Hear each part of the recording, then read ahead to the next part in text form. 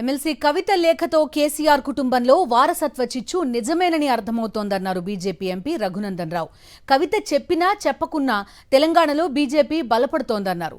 ఎన్నికల్లో బీజేపీ తెలంగాణలో అధికారంలోకి వస్తుందన్నారు. కవిత కాంగ్రెస్లోకి వెళ్లే అవకాశాలు కనిపిస్తున్నాయని ఎంపీ రఘునందన్ రావు అభిప్రాయపడ్డారు.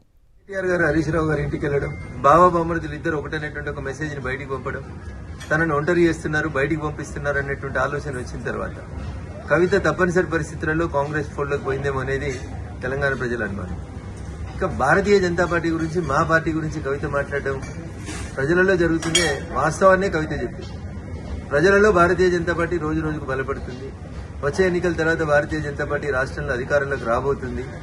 ఈ విషయాల్ని దృష్టిలో ఉంచుకొని భారతీయ జనతా పార్టీ, బీఆర్ఎస్ రెండు కలిసి ఏదో చేయబోతున్నాయని ప్రజల్ని నమ్మించుతుంది. పోయిన ఎన్నికల కంటే ముందు పీసీసీ అధ్యక్షుడిగా ఏ ప్రయత్నాలను అయితే రేవంత్ రెడ్డి గారు కొనసాగించారో, ఈ రోజు ముఖ్యమంత్రిగా కవితను మరొకసారి ఎట్లా పావుగా వాడుకుంటున్నారేమో అనేది తెలంగాణ సమాజం ఆలోచిస్తుంది.